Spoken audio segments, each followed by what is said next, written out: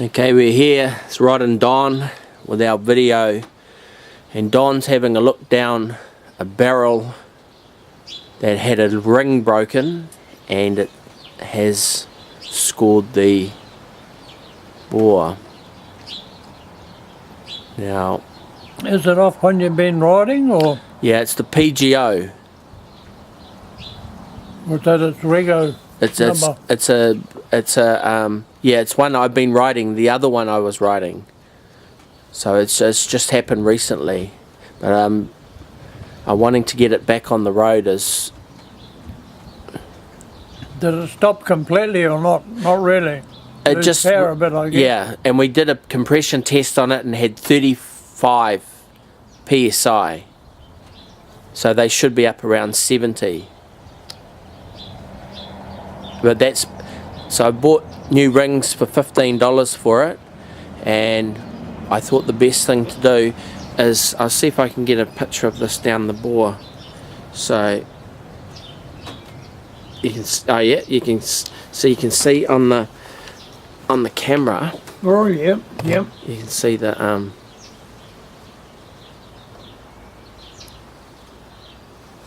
I just changed this to a setting that focuses on the middle. So there you go, the score there.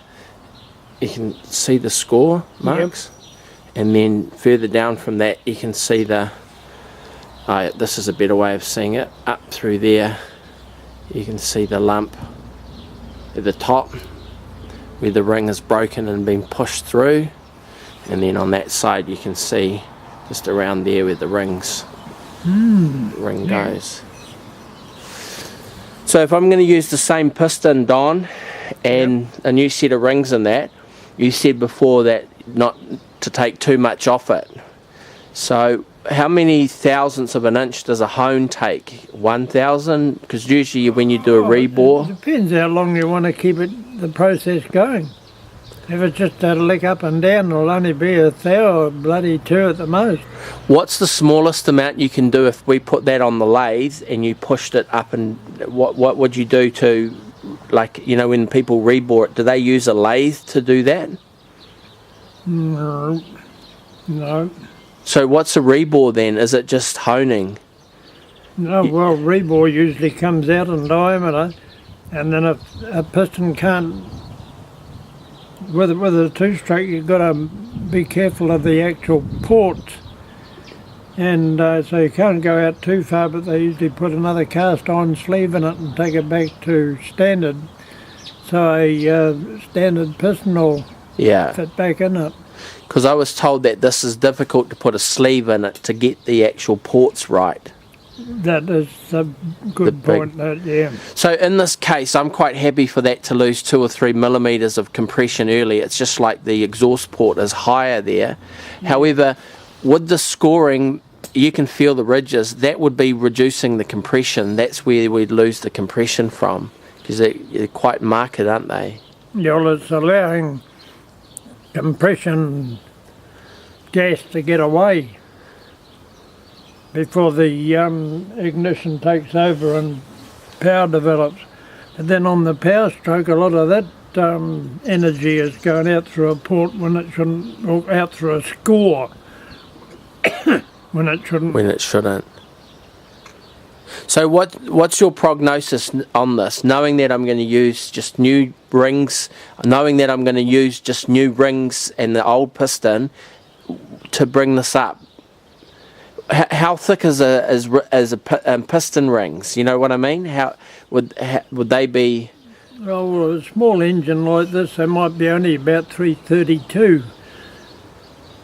332. Yeah. So how many in thousandths of an inch is that? That would be 100. A hundredths of a thousand of a thou, or a 30th of a thou. Yeah, something like 30th of a thou. Yeah, and metric, probably a 1.5 millimeter wide ring. Yeah, that's probably what it is, 1.5. So how much could we take off this with new rings, and the things will still, as long as it's got a good bed in it, the rings won't fall out of the, if you like. I suppose they would never fall out If you anyway. go too far and the rings have been made with the gap in them to give you the correct clearance on a standard bore. Yeah. So if you take, say, for argument's sake, you took 2 thou, made that 2 thou bigger in diameter, Yeah. it represents almost 7 thou further apart the ends That's of right. the rings will be. Okay. Yeah, yeah. And of course that's a gas leakage. That's a gas leakage there. Mm. So this really could handle a thou. How would we measure a thousandths? Would we just do it till we got the score out and then stop? Well, you can measure it across a good part of the bore, avoiding those grooves, Yeah. and get that in either in metric or imperial, Yeah. and then hone it until it's a nice looking surface, Yeah. and measure it again and see how much it's got, and then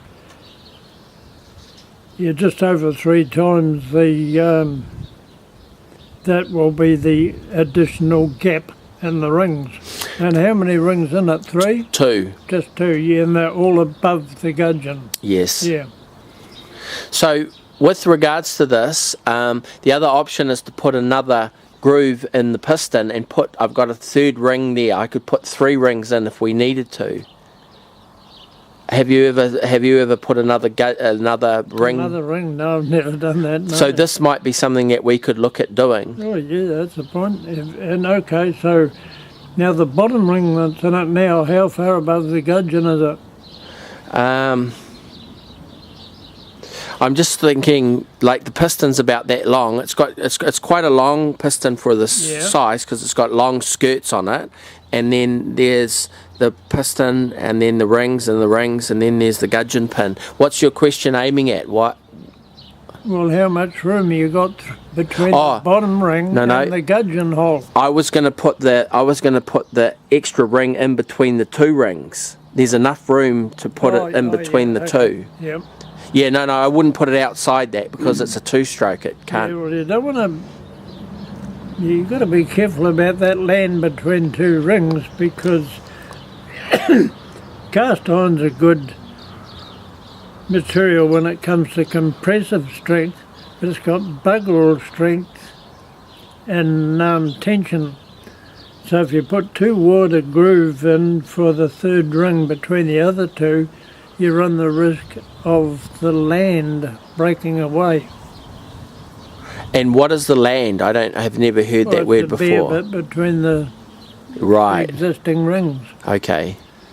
So if you, well, I don't know, you might have a land of 6 mil wide at the moment, something like that. Well, if you put a 3 millimetre ring in that, you only got 1.5 millimetres each side of it. Yeah. Not very much. Okay, no, I appreciate that as well. And it probably doesn't need it. However, what I'm doing here is with no cost apart from a $15 set of rings, I'm trying to get the compression back up on this after it broke it. Yep, well, yeah, to hone as much of those scores away as you can. Right. And new rings. See, the second-hand rings might come made slightly longer than need be. Yeah. In which case you put them in the bore and measure the gap, and you may have to file the ends of the ring to get the required clearance. The rings are the perfect same size as the old ring that was in there. Okay. And I believe that this has only done about 3,000 Ks before this ring has broken. So it's as you can see, the scoring and stuff, it's almost just running in. Now what had happened is the person who put it in, they pushed the ring in, and the little spacer that stops the rings from moving around, that had been pushed in. And so the rings were going up and down, and they've moved, and then they've got caught in the exhaust port. Hell. So I've banged those 2 back out again. Not just a plain ring going in. There's something else goes in with it. No, the but same groove. So no, but the little pin that goes into the piston that was pushed in, I've pushed that back out and blocked the back end of the of that. It'll never go back in again. So once I put the rings back in, they'll be there. So technically it's just getting rid of that. Yeah, but I can feel how groovy that is. There'd be hardly any compression with that there. Now these rings go down past the ports? Yes. Well, that's probably one reason why it's got a anti-rotate peg. That's right. So if you've taken that out... No, I haven't. I've left it in there, but when they put the ring in, they were over the top of that, and then when they've squashed it to put it in the bore, it's pushed it out. When I say pushed it out, it's just pushed it out from protruding into the ring groove. Pushed it deeper into the piston, that's right, deeper into the piston. So I've pushed that out and burred over the end, and so now it's back into its original position. So all that we need to do is just that. So does that get done on a lathe? Like, does that spin around and then the thing goes in and out? Not much cop on a bloody lathe, because it wants to be a honing finish, not a machining finish. Right.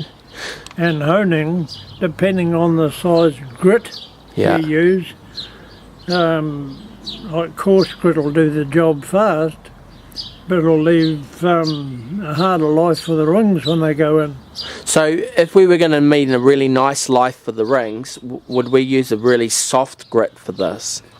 Well, okay, what you could do is you'd two grits, one to get down to just virtually start to obliterate those vertical grooves, and then a finer grit to put a decent surface on it just to finish up with, to make good life for the new rings going in. Yeah.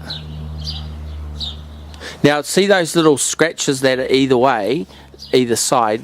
Yep. So that thatching, that's done afterwards, is it? So that the rings bed in, is that right? Or is that what the honing leaves behind? Is that what it looks like? Yeah, there's evidence that there's been some honing, or has somebody been into it with a bit of emery? Emery. Yeah. And then asked me to scratch marks from that. And then asked me to wash it out with petrol to get rid of the carborundum.